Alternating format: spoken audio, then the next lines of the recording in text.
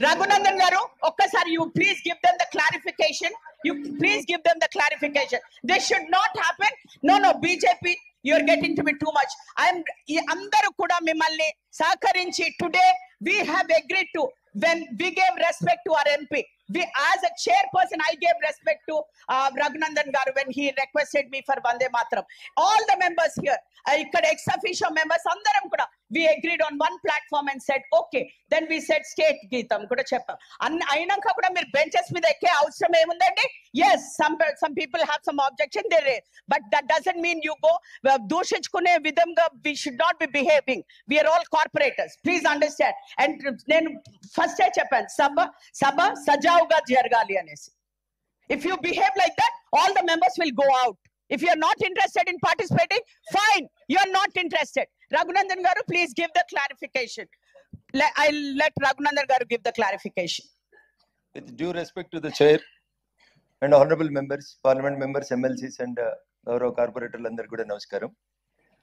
వందే మాతర గీతం ఈ దేశంలో ప్రారంభమైనప్పుడు అదొక మతానికి సంబంధించిన అంశంగా కొంతమంది మిత్రులు వందే మాతరం పాడుతున్నప్పుడు నిలబడకపోవడం అనేది బాధాకరమైనటువంటి విషయం. మేయర్ గారు, దేశ స్వాతంత్ర సంగ్రామం జరుగుతున్నప్పుడు హిందువులు ముస్లింలను ఎవరు డిస్క్రిమినేషన్ చేయకుండా అక్కడ వెస్ట్ బెంగాల్లో బంకిం చంద్ర చటర్జీ గారు రాసిన ఆ గీతం దేశంలో ఉన్నటువంటి ప్రతి పల్లెటూరులో, ప్రతి గల్లీలో, ప్రతి మొహల్లాలో అందరు కూడా ఇది మా దేశం, దీనికోసం మేము వందే మాతరం అని పాడినారు తప్ప kindly don't treat it is with some caste, creed, race, region, religion కి వందే మాతరాన్ని అంటగట్టడం అనేది బాధాకరం, దురదృష్టకరమైనటువంటి సంఘటన. మేయర్ గారు, దేశం మొత్తం 150వ సంవత్సరానికి వసంతంలోకి అడుగు పెడుతున్న సందర్భంగా ఈ దేశానికి స్వతంత్రం తెచ్చిన ఒక స్లోగన్ ని పాడుతున్నప్పుడు కొంతమంది మిత్రులు నిలబడకపోవడం వల్ల కొంత హీట్ ఎక్స్చేంజ్ ఆఫ్ వర్డ్ జరిగింది. ఇది దురదృష్టకరం. ఇది ఏ సభలో కూడా ఇట్లాంటి సాంప్రదాయాన్ని కొనసాగించడం మంచి పద్ధతి కాదు. మేము ఎవరిని ఇన్సల్ట్ చేయాలనో ఒక మతాన్ని కించపరచాలనే ఉద్దేశంతో వందే మాతరం పాడాలని కోరుకోలేదు. దయించి మిత్రులు, నేను మాట్లాడేటప్పుడు కండోలెన్స్ మాట్లాడేటప్పుడు కూడా నేను చాలా స్పష్టంగా చెప్పిన, గౌరవ ఎంఐఎం కార్పొరేటర్ దివంగత ముజఫర్ హుస్సేన్ గారికి అని పేరు తీసుకొని చెప్పిన. నేను మక్కాలో జరిగిన బస్ ప్రమాదంలో చనిపోయినటువంటి మా హైదరాబాద్ కుటుంబ సభ్యులందరికీ అని చెప్పిన. This is what we respect. సబ్కా సాత్ సబ్కా విశ్వాస్ అనేటువంటి నినాదంతో మేము పోతున్నాం తప్ప మేము ఎవరిని కించపరచాలనేటువంటి ఉద్దేశం మాకు లేదు. దయచేసి మిత్రులు అర్థం చేసుకొని సహకరించినందుకు మీకు అందరికీ, చైర్ కి ముఖ్యంగా నేను కృతజ్ఞతలు తెలియజేస్తా ఉన్నా. Thank you. तलसानी गारू, फाहद आप बैठ जाइए. I'll give you a chance. Fahad, मैं आपको चांस दूंगी. I'll give a chance. Fahad, Talasani గారు మీరు మాట్లాడండి.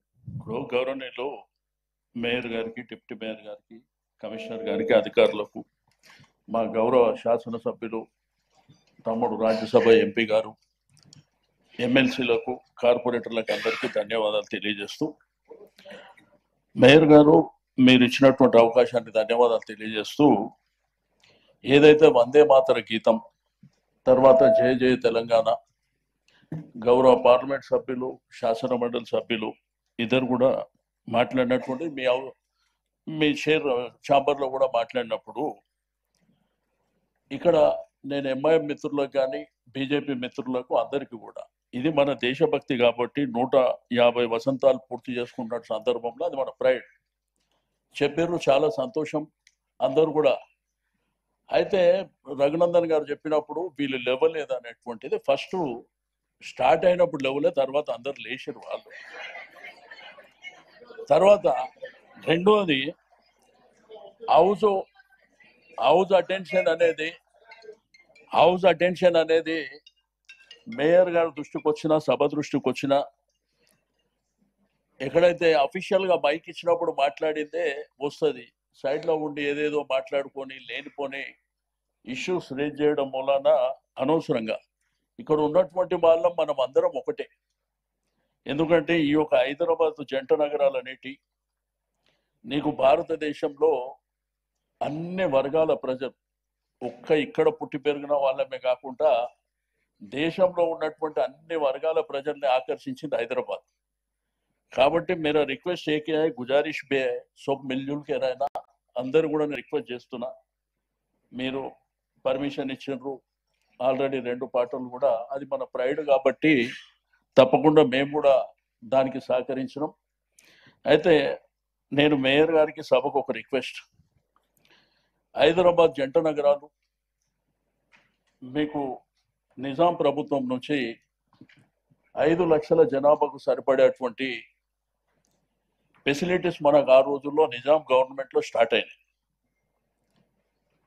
అయితే కాలక్రమేణా మన హైదరాబాద్ అనేది గ్రేటర్ హైదరాబాద్గా విస్తరించి ఈ రోజు మన హైదరాబాద్లో నివసిస్తున్నటువంటి నివాసులే కాకుండా ఇతర రాష్ట్రాలు, ఇతర దేశాలు, అన్ని వర్గాల ప్రజలు హైదరాబాద్ సిటీకి రావడం మూలాన మనకున్నటువంటి ఫెసిలిటీస్ ఏవైతే వర్షాలు కానీ, వరదలు వచ్చినప్పుడు కానీ, రెండోది ఈ సివరేజ్ సిస్టమ్ అనేది కూడా సరే వచ్చినటువంటి ప్రభుత్వాలు కొంత చేసుకుంటూ పోయినప్పటికీ ఇంకా మనకు ఏదైనా వర్షాలు వరదలు వచ్చినప్పుడు మనం ఇబ్బందులు పడుతున్నటువంటిది వాస్తవం.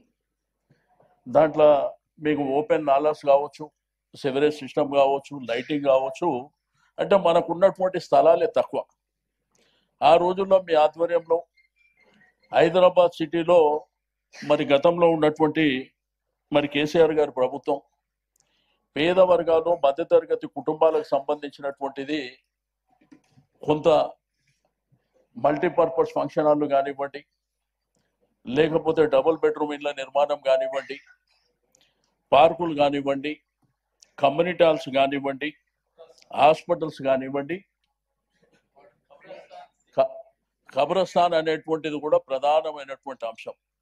కబ్రస్థాన్, బొందలగడ్డ, అదేవిధంగా గ్రేవ్ యార్డ్.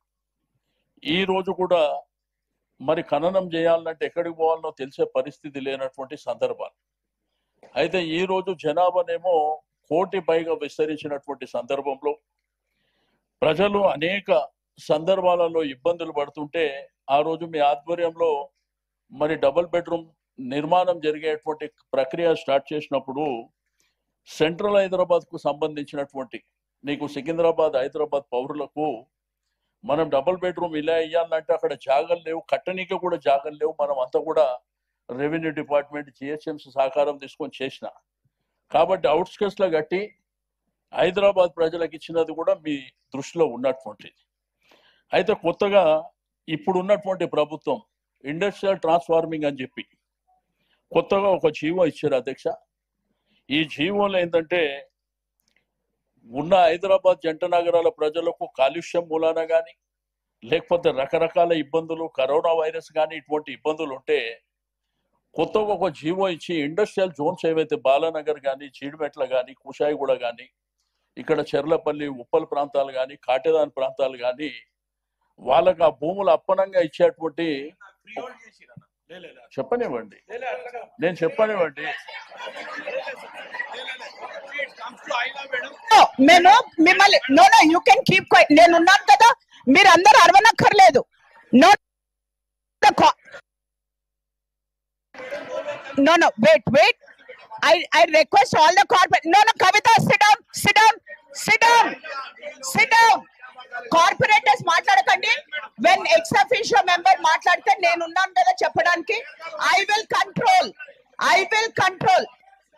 రాజశేఖర్ గారు after తలసాని గారు ఫినిష్ చేయగానే I will give you the mic. Sit down. I will give you the mic. I will give you the mic. Then you తప్పకుండా నీకు ఇస్తాను. కూర్చోండి, మీరు కూర్చోండి.